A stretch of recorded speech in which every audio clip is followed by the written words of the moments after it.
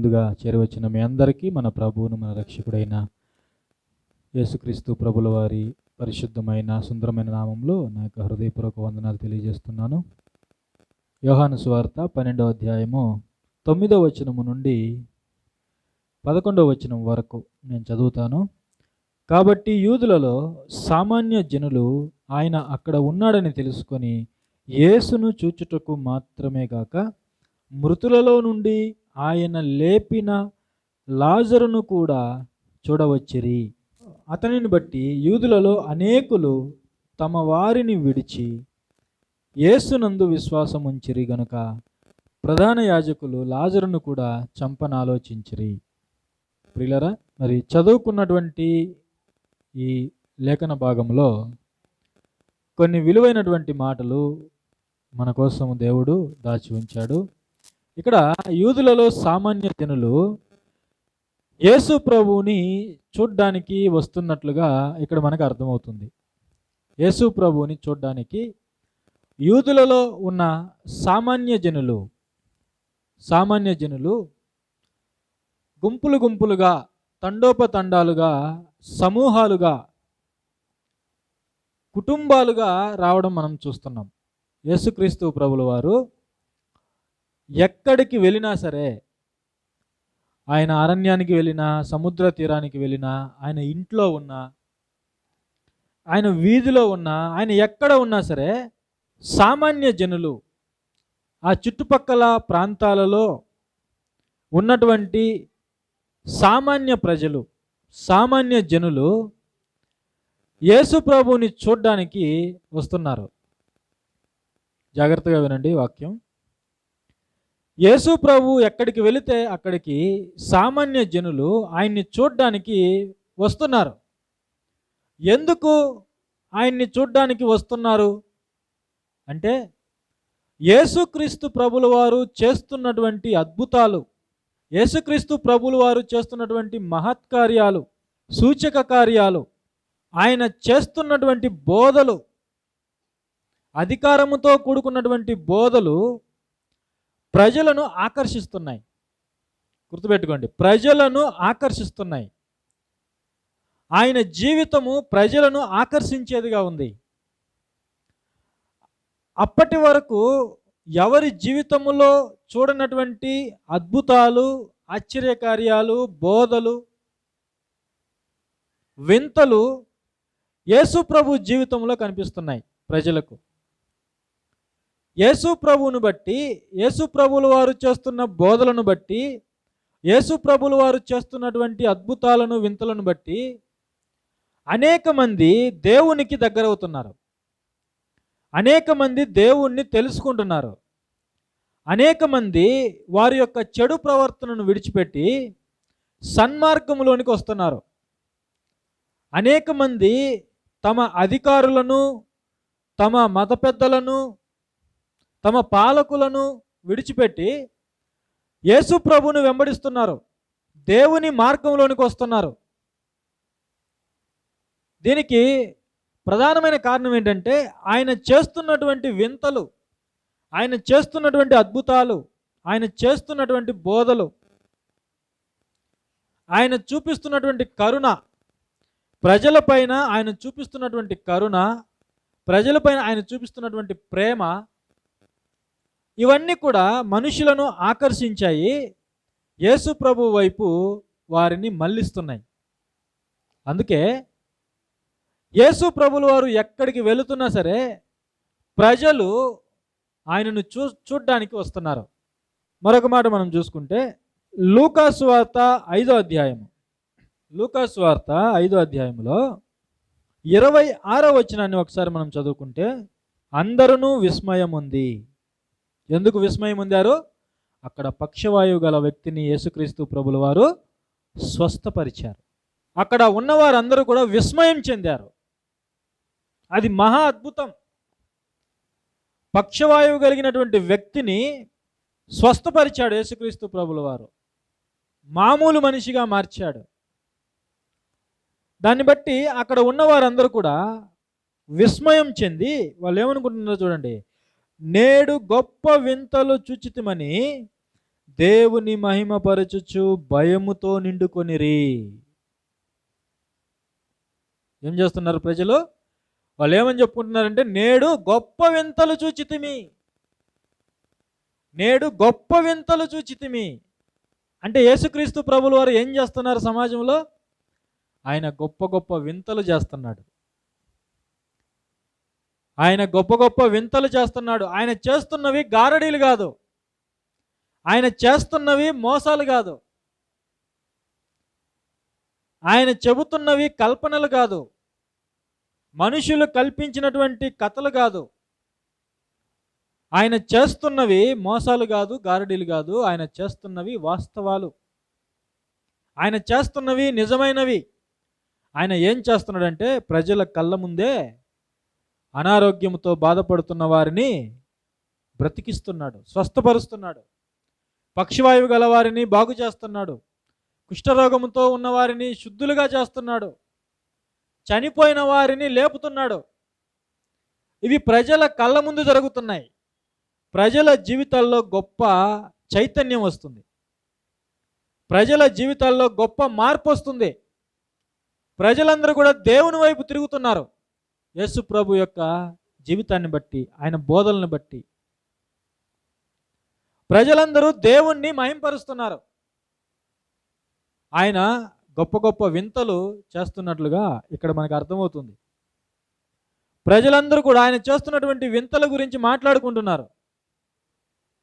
అయితే మనం చదువుకున్నటువంటి లేఖన భాగంలో యోహాను సువార్త 12వ అధ్యాయంలో అక్కడ మరొక మాట కూడా వ్రాయబడింది.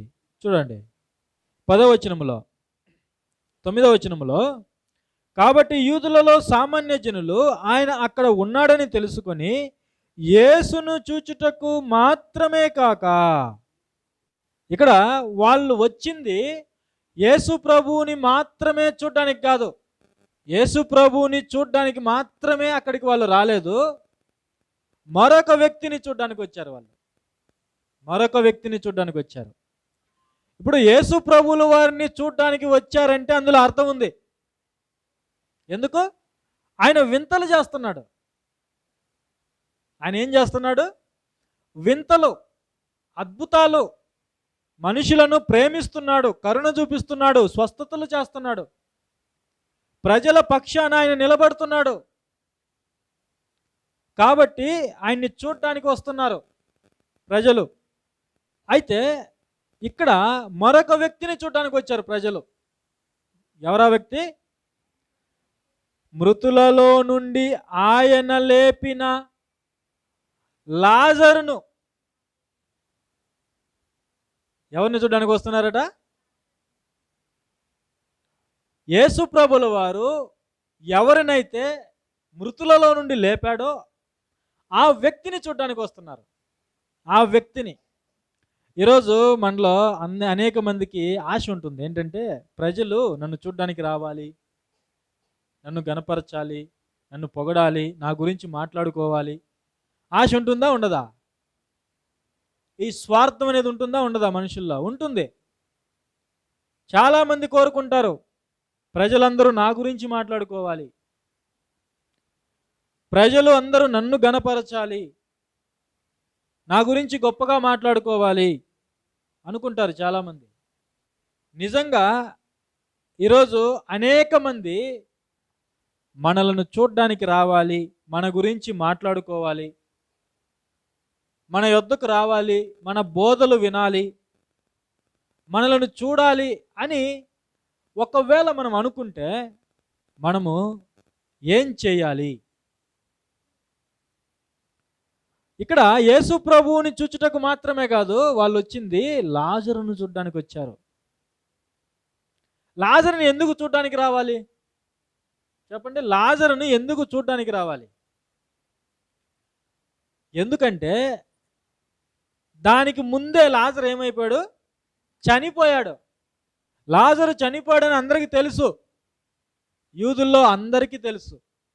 ఆ వార్త యూదుల్లో అందరికీ వ్యాపించింది, ఆ చుట్టుపక్కల ఉన్న వారందరికీ వ్యాపించింది. 4 రోజులు సమాధిలో ఉంచబడ్డాడు. 4 రోజులు సమాధిలో ఉంచబడ్డాడు. చనిపోయిన తర్వాత దేహం కూడా వాసన వస్తుంది. కుళ్ళిపోయే స్థితికి వచ్చింది. అంటే అందరికీ తెలిసింది లాజరు చనిపోయాడు.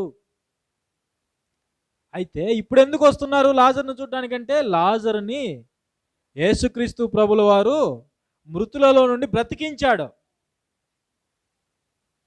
మృతులలో నుండి బ్రతికించాడు లాజర్ని.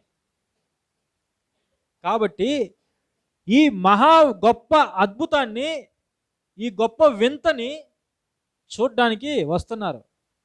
అక్కడ పక్షవాయువు కలిగినటువంటి వ్యక్తిని బాగుపరిచినప్పుడు నేడు గొప్ప వింతలు చూచితమని మాట్లాడుకున్నారు వాళ్ళు. మరి దానికంటే గొప్ప వింత ఏంటి? ఇది. చనిపోయినటువంటి లాజరుని ప్రజల ముందు బ్రతికించాడు. ప్రజల ముందు బ్రతికించాడు. ప్రజలు చూస్తుండగా బ్రతికించాడు. ప్రజలు చూస్తుండగా లాజరుని బ్రతికించాడు. సమాధిలో నుండి ప్రేత వస్త్రములు చుట్టబడిన వాడు అలాగే బయటికి వచ్చాడు. వారికి సజీవ సాక్ష్యంగా ఉన్నాడు.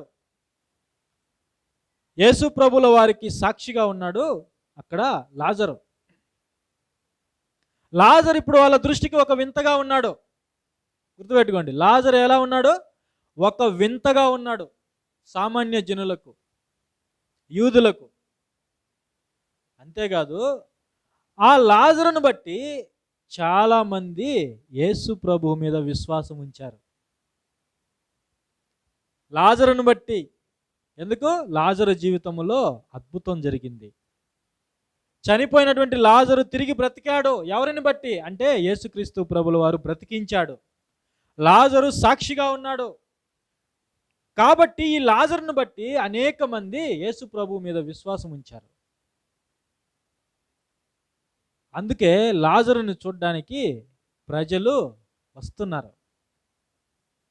గుర్తుపెట్టుకోండి, ఈరోజు ప్రజలు మన యొద్దకు రావాలి, మనలను బట్టి యేసు ప్రభువు మీద విశ్వాసం ఉంచాలి, మనలను బట్టి దేవుణ్ణి నమ్మాలి అంటే మనం ఏం చేయాలో తెలుసా? మనం ఏం చేయాలి? లాజరుని ఎందుకు చూడడానికి వచ్చారు? లాజరు చనిపోయి బ్రతికాడు.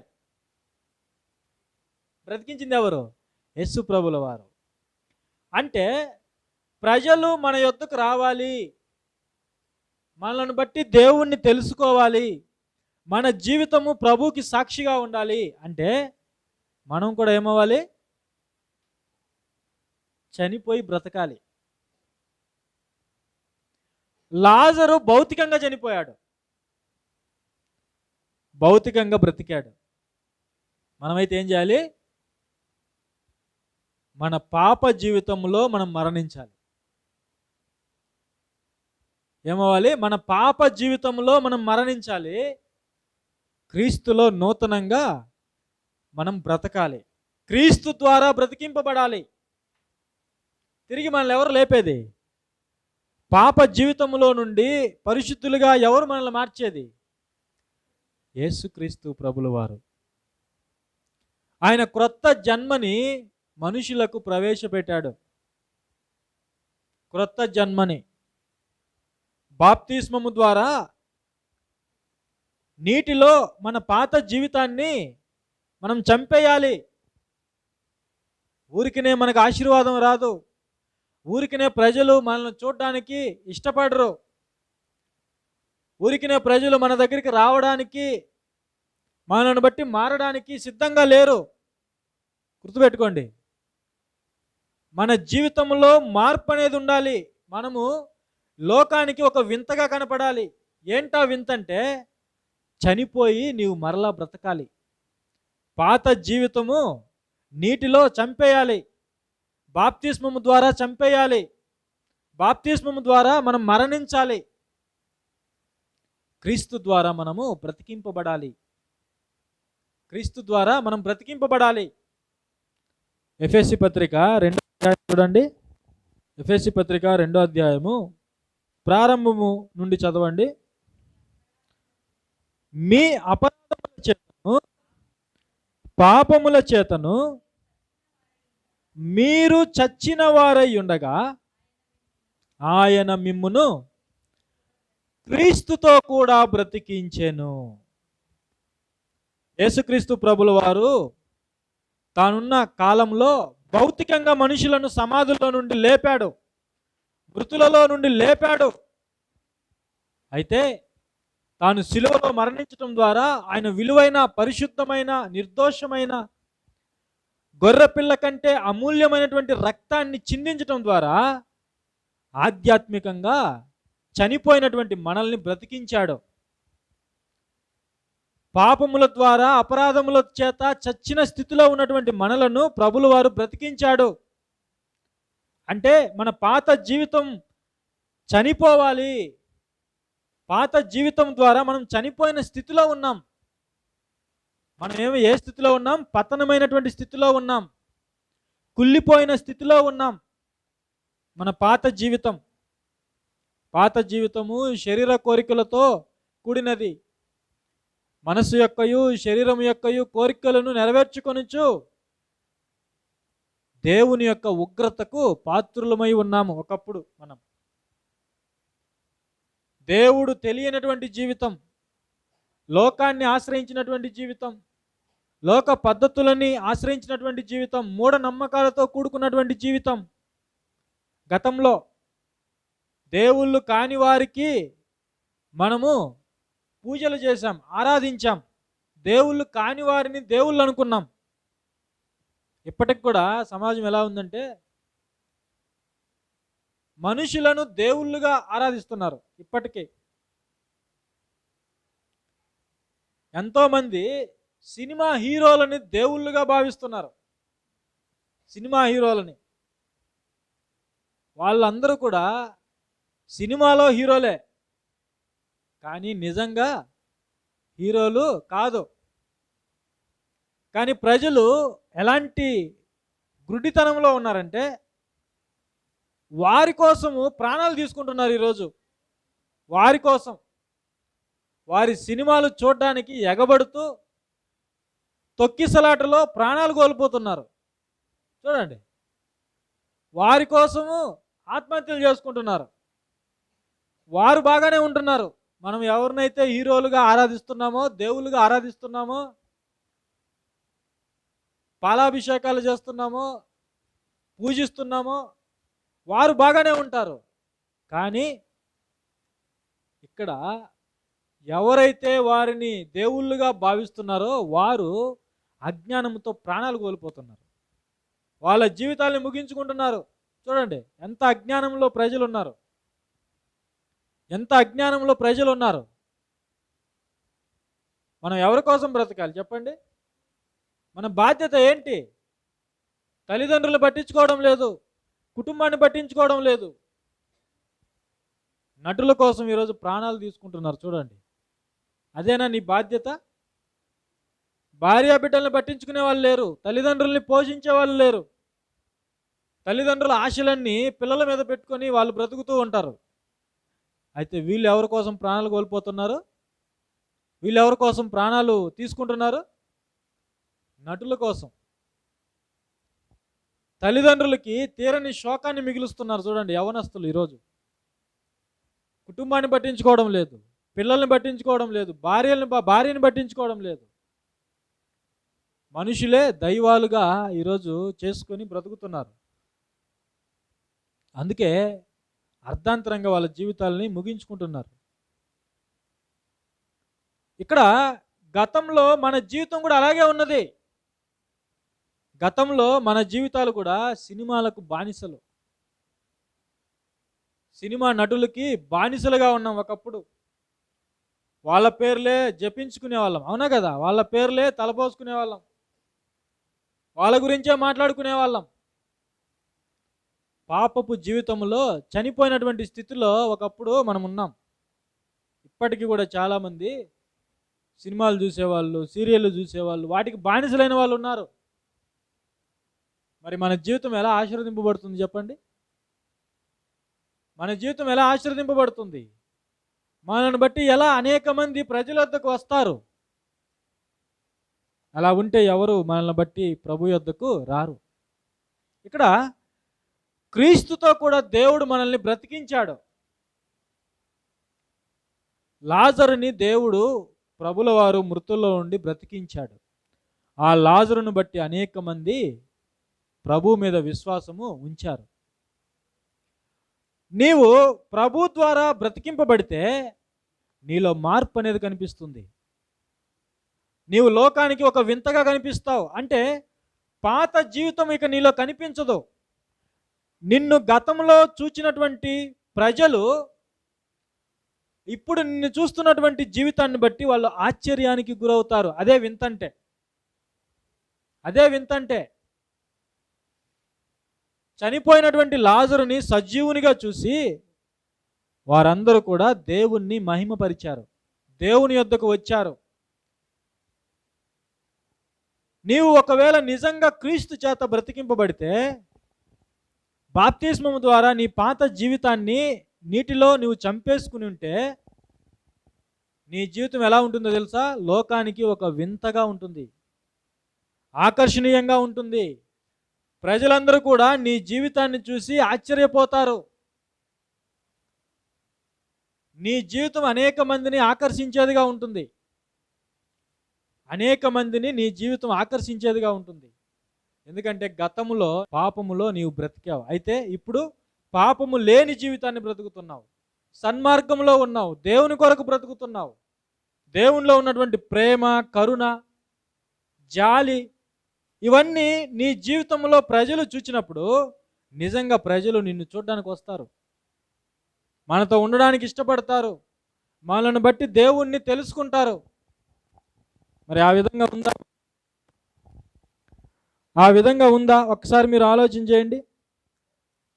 నిజంగా మనలో మార్పు వస్తే మనల్ని బట్టి అనేక మంది ప్రభు యొద్దకు వస్తారు. అనేక మంది నిజంగా మనలో మార్పు ఉంటే మనం ఎవరితో కూడా జీవిస్తాం? ప్రభుతో కలిసి మనం జీవిస్తాం. లాజరు ఎవరితో ఉన్నాడు? లాజరు ఎవరితో ఉంటే ప్రజలు లాజరును చూడడానికి వచ్చారు? చెప్పండి. లాజరు ప్రభుతో ఉన్నాడు. మనం ప్రభు చేత బ్రతికింపబడితే, ప్రభు చేత మన జీవితం మార్పు చెందితే మనం ప్రభుతో కూడా ఉంటాం. మనం ప్రభుతో కూడా ఉన్నప్పుడు మన జీవితం ఫలిస్తుంది. మనం ప్రభుతో కూడా ఉన్నప్పుడు ప్రజలు మనల్ని చూడడానికి వస్తారు, మనల్ని ఇష్టపడతారు. ప్రజలు, సామాన్య ప్రజలు.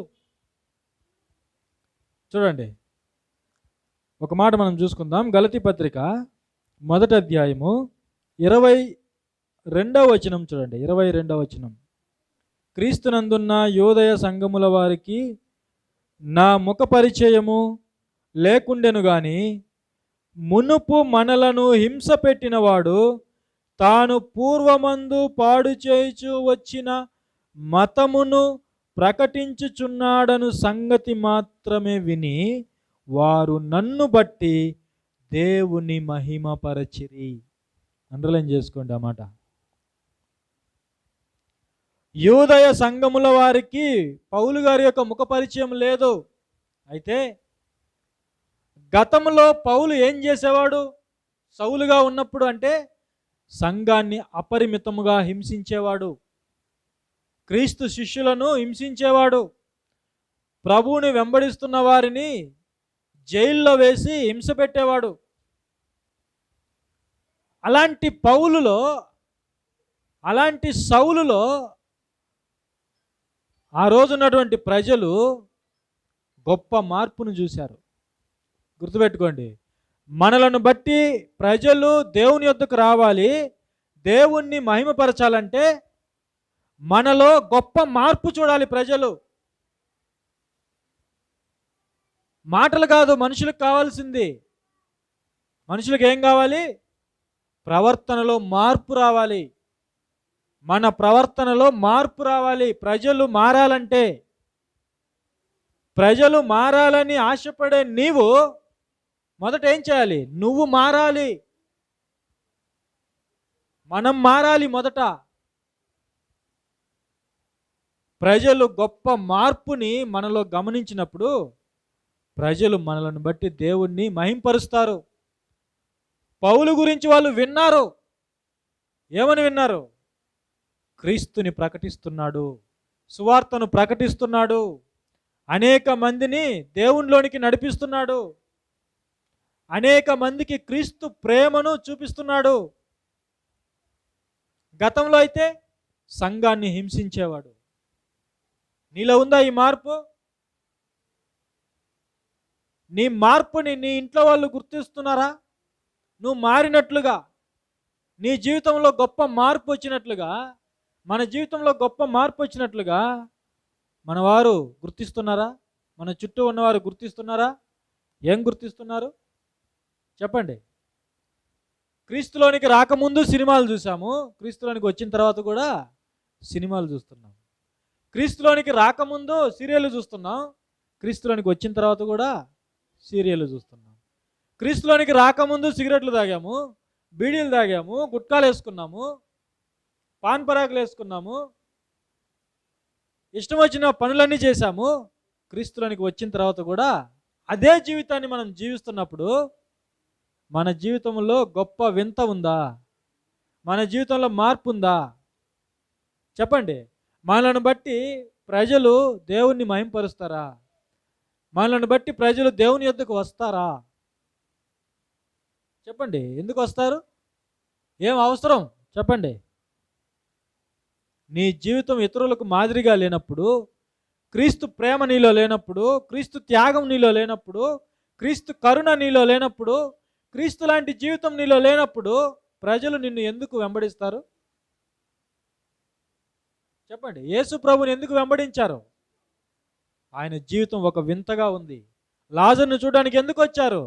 ఆయన జీవితం ఒక వింతగా ఉంది. సాక్షిగా ఉన్నాడు, సజీవ సాక్షిగా ఉన్నాడు. మరి నీ జీవితం సజీవ సాక్షిగా ఉందా యేసు ప్రభువుకి, వాక్యానికి? అప్పుడే కదా దేవుణ్ణి మహింపరుస్తారు మనల్ని బట్టి ప్రజలు. పౌలు గారిలో వాళ్ళు గొప్ప మార్పును చూశారు. అందుకే పౌలు గారి గురించి విని సంతోషించారు. వాళ్ళు సంతోషించారు. ఎంత గొప్ప మార్పు వచ్చింది పౌలులో. ఒకప్పుడు మమ్మల్ని హింస పెట్టాడు, జైల్లో వేశాడు, మరణం వరకు హింసించాడు. అయితే ఇప్పుడు ఏ క్రీస్తు నామాన్ని బట్టి హింసలు చేశాడో అదే క్రీస్తు నామాన్ని ఈరోజు బోధిస్తున్నాడు, ప్రజలకు పరిచయం చేస్తున్నాడు. అదే క్రీస్తు ప్రేమని పంచుతున్నాడు. చూడండి, పౌల్లో వాళ్ళు క్రీస్తును చూసినప్పుడు దేవుణ్ణి వాళ్ళు మహింపరిచారు. పౌలు గారి గురించి విని సంతోషించారు. ఈరోజు మన గురించి విని సంతోషిస్తున్నారా? చెప్పండి. మన గురించి విని సంతోషిస్తున్నారా లేకపోతే బాధపడుతున్నారా? మనల్ని బట్టి అనేక మంది సంతోషిస్తున్నారా లేకపోతే బాధపడుతున్నారా? చెప్పండి. మనల్ని బట్టి ప్రజలు సంతోషించాలి, మనల్ని బట్టి వాళ్ళు దీవించబడాలి, మనల్ని బట్టి వాళ్ళు దేవుని మహింపరచాలంటే మనం చేయాల్సింది ఒకటే, మనము క్రీస్తుతో కూడా ఉండాలి. మనము క్రీస్తుతో కూడా ఉండాలి. మనం క్రీస్తుతో ఉన్నప్పుడు మన జీవితంలో గొప్ప మార్పు అనేది వస్తుంది. క్రీస్తు లేకపోతే మన జీవితంలో గొప్ప మార్పు రాదు. నీ ప్రవర్తనలో గొప్ప మార్పు రావాలి. మార్పు అంటే కోటీశ్వరుడు అయిపోవడం కాదు, ఆస్తులు సంపాదించడం కాదు, భూములు సంపాదించడం కాదు. మార్పు అంటే నీ ప్రవర్తనలో పరివర్తన రావాలి. నీ ప్రవర్తనలో మార్పు రావాలి. పాపపు జీవితం అనేది నీలో కనిపించకూడదు. క్రీస్తు నీలో మనలో కనిపించాలి. అప్పుడే ప్రజలు మనల్ని బట్టి దేవుని యొద్దకు వస్తారు. దేవుని యొద్దకు వస్తారు. యోహాను సువార్త 7వ అధ్యాయం చూడండి. యోహాను సువార్త 7వ అధ్యాయం 14వ వచనం చూడండి. సగము పండుగైనప్పుడు యేసు దేవాలయంలోనికి వెళ్ళి బోధించుచుండెను. యోధులు అందుకు ఆశ్చర్యపడి, యేసు ప్రభు జీవితం ఎలా ఉంది? యేసు ప్రభు జీవితం ఎలా ఉంది? ఆశ్చర్యపడి. ప్రజలు ఆయన జీవితాన్ని చూస్తున్నప్పుడు ఆశ్చర్యం, ప్రజలు ఆయన జీవితాన్ని చూస్తున్నప్పుడు వింత, ప్రజలు ఆయన జీవితాన్ని చూస్తున్నప్పుడు అద్భుతం. ఆశ్చర్యానికి గురవుతున్నారు, విస్మయానికి గురవుతున్నారు. ఆయన జీవితం అలా ఉంది. ఈరోజు మనల్ని చూస్తే ప్రజలు ఏమనుకుంటున్నారు? భయానికి గురవుతున్నారు. మన జీవితం ఎలా ఉంది? భయానికి గురవుతున్నారు చాలామంది. మనల్ని బట్టి చాలామంది దేవుని యొద్దకు రావడం లేదు. ఎందుకంటే మనలో మార్పు లేదు. మనలో మార్పు లేదు. అందుకే మన జీవితాన్ని బట్టి ఎవరు దేవుని యొద్దకు రావడం లేదు. ఇక్కడ యేసుక్రీస్తు ప్రభుని బట్టి వాళ్ళు ఏమనుకుంటున్నారు?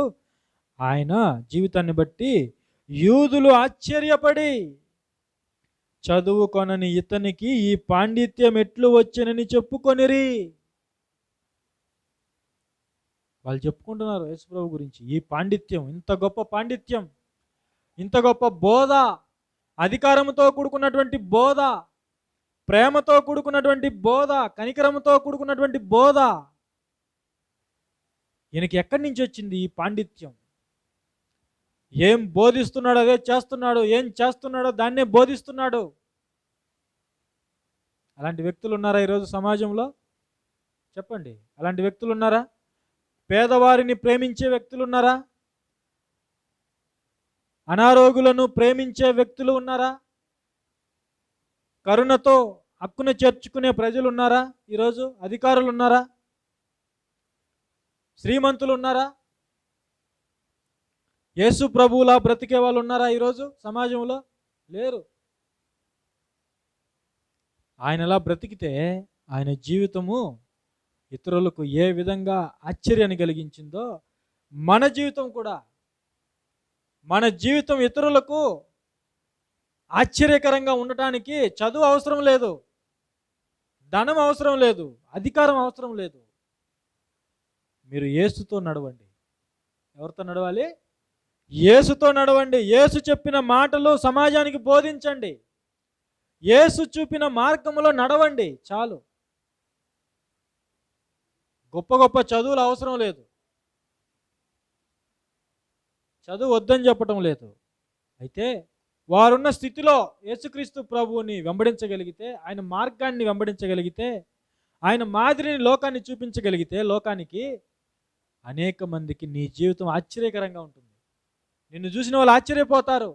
పౌలును చూసి ఆశ్చర్యపోయారు, లాజరును చూసి ఆశ్చర్యపోయారు, అపోస్తులను చూసి ఆశ్చర్యపోయారు. అపోస్తులను చూసి ఏమన్నారు తెలుసా?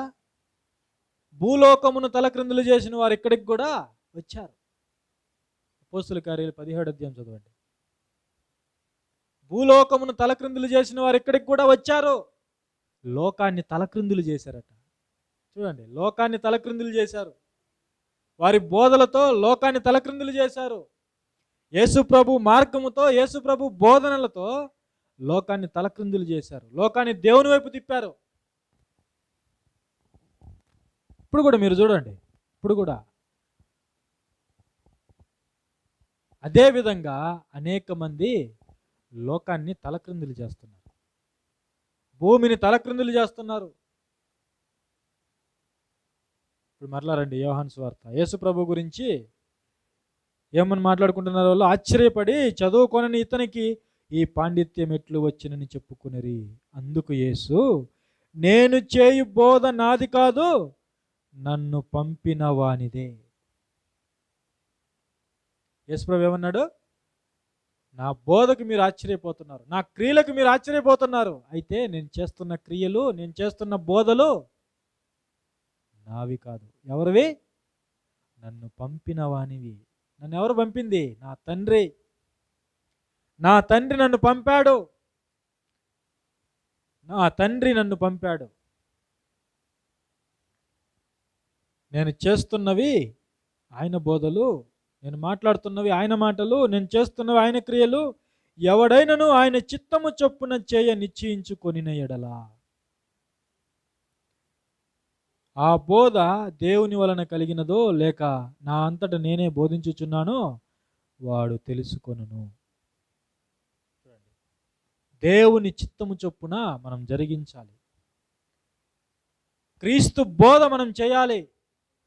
ఈరోజు లోకం మనల్ని బట్టి ఆశ్చర్యపోవాలంటే క్రీస్తు బోధ మనం చేయాలి. క్రీస్తు బోధ ప్రకారం మనం బ్రతకాలి. యేసు ప్రభు బ్రతికినట్లుగా మనం బ్రతకాలి. యేసు ప్రభు బోధించినట్లుగా ఆయన మాటలు మనము బోధించాలి. అప్పుడేం జరుగుతుంది? మనము క్రీస్తుకు సాక్షులుగా ఉంటాము. మనల్ని బట్టి అనేక మంది క్రీస్తు యొద్దకు వస్తారు. అప్పుడేం జరుగుతుంది? క్రీస్తు యొద్దకు అనేక మంది వస్తే ఏం జరుగుతుంది? ఇప్పుడు మరలా 11వ అధ్యాయానికి రండి, ముగించుకుందాం. క్షమించండి, 12వ అధ్యాయం, యోహాను సువార్త 12వ అధ్యాయంలో 10వ వచనం. అతనిని బట్టి యూదులలో అనేకులు, ఎవరిని బట్టి? లాజరును బట్టి, చనిపోయి బ్రతికిన లాజరును బట్టి, క్రీస్తు ద్వారా బ్రతికింపబడిన లాజరును బట్టి అనేక మంది తమ వారిని విడిచిపెట్టి, తమ అధికారులను విడిచిపెట్టి, తమ ఇంటి వారిని విడిచిపెట్టి, అందరిని విడిచిపెట్టి ఎవరు వెంబడొచ్చారు? యేసు ప్రభు వెంబడొచ్చారు. యేసు ప్రభుని వెంబడించారు, యేసు ప్రభుని విశ్వసించారు. ఒక్క లాజరును బట్టి, సాక్షిగా ఉన్న లాజరును బట్టి. చూడండి, నీవు సాక్షిగా ఉంటే నిన్ను బట్టి ప్రజలు ఏం చేస్తారు? తమ వారిని విడిచిపెట్టి, వారి నమ్మకాలను విడిచిపెట్టి, వారి పద్ధతులను విడిచిపెట్టి, వారి మార్గాలను విడిచిపెట్టి, వారి అధికారులను విడిచిపెట్టి, వారి పాలకులను విడిచిపెట్టి యేసు ప్రభుని వెంబడిస్తారు. అలా జరిగింది అక్కడ. అలా ఎప్పుడైతే జరిగిందో అక్కడ చూడండి ఏం జరుగుతుందో. తమ వారిని విడిచి యేసునందు విశ్వాసం ఉంచిరి గనుక ప్రధాన యాజకులు లాజరును కూడా చంపన ఆలోచించిరి. ఏం చేశారట? లాజరును కూడా చంపాలనుకున్నారు. లాజరును కూడా అంటే ఫస్ట్ ఎవరిని చంపాలనుకున్నారు? యేసు ప్రభుని. ఎవరిని చంపాలనుకున్నారు? ఫస్ట్ యేసు ప్రభుని చంపాలనుకున్నారు. ఎందుకంటే వాళ్ళ అరాచకాలన్నీ, వాళ్ళ అన్యాయాలన్నింటినీ యేసు ప్రభుల వారు ఖండించాడు. ప్రజలను చైతన్యవంతులుగా మార్చాడు, ప్రజలను దేవుని వైపు నడిపించాడు. వాళ్ళ వ్యాపారాలన్నీ కూడా దెబ్బతిన్నాయి. ప్రజలు అందరూ వారిని విడిచిపెట్టి దేవుని వైపు వస్తున్నారు, యేసు ప్రభు వైపు వస్తున్నారు. అందుకే వాళ్ళు యేసు ప్రభు మీద పగబట్టి మొట్టమొదటిగా యేసు ప్రభుని చంపాలనుకున్నారు. ఇప్పుడు ఈ లాజర్ను బట్టి చాలామంది అదే యేసు ప్రభు మీద విశ్వాసం ఉంచుతున్నారు. కాబట్టి వాళ్ళ నెక్స్ట్ టార్గెట్ ఎవరి మీద? లాజరు. చూడండి, మనము క్రీస్తు కొరకు సాక్షులుగా ఉంటే ఈ లోకపు అధికారులు ఏం చేయాలనుకుంటారు? మనల్ని చంపాలనుకుంటారు, మనల్ని హింసించాలనుకుంటారు, మనకు కీడు చేయాలనుకుంటారు. చూడండి, కొన్ని ప్రాంతాల్లో చర్చిలు కూలగొట్టేస్తున్నారు, పాస్టర్లను కొడుతున్నారు, తిడుతున్నారు, హింసిస్తున్నారు. కొన్ని ప్రాంతాల్లో ఎందుకు? వారిలో గొప్ప మార్పు వచ్చింది. వాళ్ళు పాపాన్ని విడిచిపెట్టారు, లోకాన్ని విడిచిపెట్టారు, ఈ లోకపు పద్ధతులను విడిచిపెట్టారు, మూఢాచారాలను విడిచిపెట్టారు, నూతనంగా జన్మించారు క్రీస్తులో. వారు లోకానికి వింతగా ఉన్నారు, క్రీస్తుకు సాక్షులుగా ఉన్నారు. సువార్తను ప్రకటిస్తూ అనేక మందిని చైతన్యవంతులుగా మారుస్తున్నారు, అనేక మందిని దేవుని వైపు నడిపిస్తున్నారు.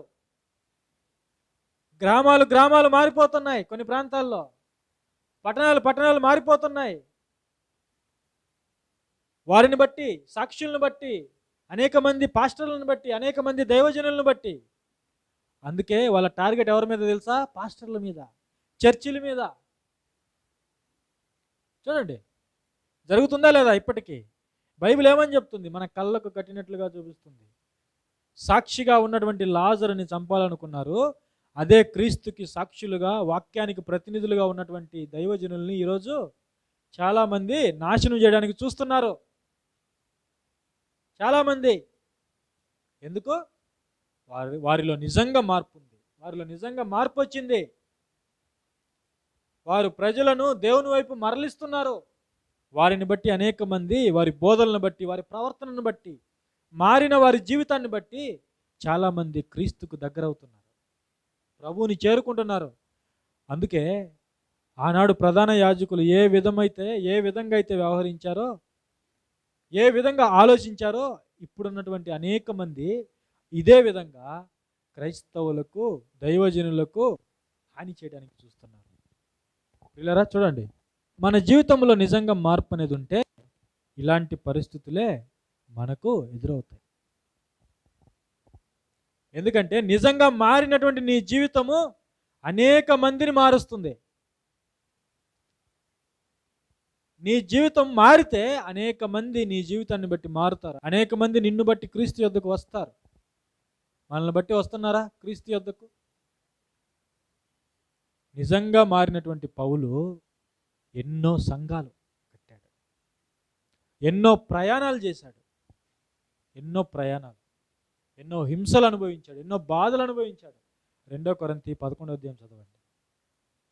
ఆయన్ని ఏ విధంగా యూదులు అధికారులు నాశనం చేయాలనుకున్నారో, అయితే దేవుడు ప్రతి శ్రమలో నుండి, ఇబ్బందిలో నుండి, కష్టంలో నుండి పౌలు గారిని దేవుడు కాపాడుకుంటూ వచ్చాడు. అనేక సంఘాలు కట్టాడు పౌలు గారు. అనేక మందిని క్రీస్తుకి దాసులుగా చేశాడు. ప్రియులారా, మన జీవితం ఎలా ఉందా? నిజంగా మార్పు చెందిందా మన జీవితం? నిజంగా మన జీవితం మార్పు చెందితే మనకంటే ఆశీర్వాదం పొందిన వాళ్ళు మరొకరు ఎవరు కూడా లేరు. నీ యొద్దకు వస్తారు ప్రజలు, నీతో ఉండడానికి ఇష్టపడతారు, నిన్ను చూడడానికి ఇష్టపడతారు, నీ మాటలు వినడానికి ఇష్టపడతారు. ఎందుకంటే నీవు క్రీస్తులా మారావు. నీ జీవితంలో నిజమైన మార్పు ఉంది. ఒకవైపు యేసుక్రీస్తు ప్రభుల వారిని ప్రజలు ప్రేమిస్తున్నారు, అయితే అధికారులు ద్వేషిస్తున్నారు. శిష్యులను అనేక మంది ప్రజలు ప్రేమిస్తున్నారు, వెంబడిస్తున్నారు, అయితే అధికారులు ద్వేషిస్తున్నారు. క్రీస్తుని వెంబడిస్తే మన జీవితం కూడా ఇలాగే ఉంటుంది. సామాన్యులు మనల్ని ప్రేమిస్తారు, ప్రజలు మనల్ని ఇష్టపడతారు, ప్రజలు మన యొద్దకు రావడానికి ఇష్టపడతారు, మనల్ని బట్టి విశ్వసిస్తారు. అయితే ఒకవైపు అధికారుల నుండి అపాయాలు, ప్రమాదాలు జరిగే అవకాశాలు ఉన్నాయి. అయితే దేవుడు మనల్ని విడిచిపెడతాడా? విడిచిపెట్టడు. ఆయన మనకు తోడుగా ఉండి మనల్ని నడిపిస్తాడు. కాబట్టి ఈరోజు మనం తెలుసుకోవాల్సింది ఏంటంటే, మన జీవితము బ్రతికినటువంటి స్థితిలో ఉండాలి. మనం పాపములతో, అపరాధములతో చనిపోయాము, అయితే క్రీస్తు మనల్ని బ్రతికించాడు. ప్రభుల వారు మనల్ని బ్రతికించాడు. తన రక్తాన్ని చిందించటం ద్వారా మన పాపములకు ప్రాయశ్చిత్తం చేశాడు, మన పాపములను తీసివేశాడు, మనల్ని నూతనపరిచాడు, క్రొత్త జీవితాన్ని మనకు అనుగ్రహించాడు. కాబట్టి ఈ జీవితంలో మనం కొనసాగినట్లయితే మనలను బట్టి అందరూ మారుతారు. మన చుట్టూ ఉన్నవారు అనేక మంది మనల్ని బట్టి మారుతారు. నువ్వు మారితే నీ భర్త మారుతాడు, నువ్వు మారితే నీ భార్య మారుతుంది, నువ్వు మారితే నీ పిల్లలు వస్తారు, నువ్వు మారితే నీ కుటుంబం వస్తుంది, నువ్వు మారితే నీ బంధువులు వస్తారు. నీలో గొప్ప మార్పు నిజంగా జరిగితే నిన్ను బట్టి అనేక మంది వస్తారు, మంచి మార్గంలోనికి వస్తారు, పాపాన్ని విడిచిపెడతారు, తాగుని విడిచిపెడతారు, సిగరెట్లు, బీడీలు, గుట్కాలు, పాన్పరాకులు, లోకంలో ఉన్న చెత్త చెదారం అంతా విడిచిపెట్టి సన్మార్గంలోనికి వస్తారు, మూఢాచారాలను విడిచిపెడతారు. నిన్ను బట్టి దేవుని యొద్దకు వస్తారు. కాబట్టి ఆ విధంగా నీ జీవితము, మన జీవితము క్రీస్తుకు సాక్షిగా ఉండాలి. ఆ విధంగా మనం ముందుకు వెళ్ళాలని కోరుకుంటూ మరి నా చిన్న ఆత్మీయ సందేశాన్ని నేను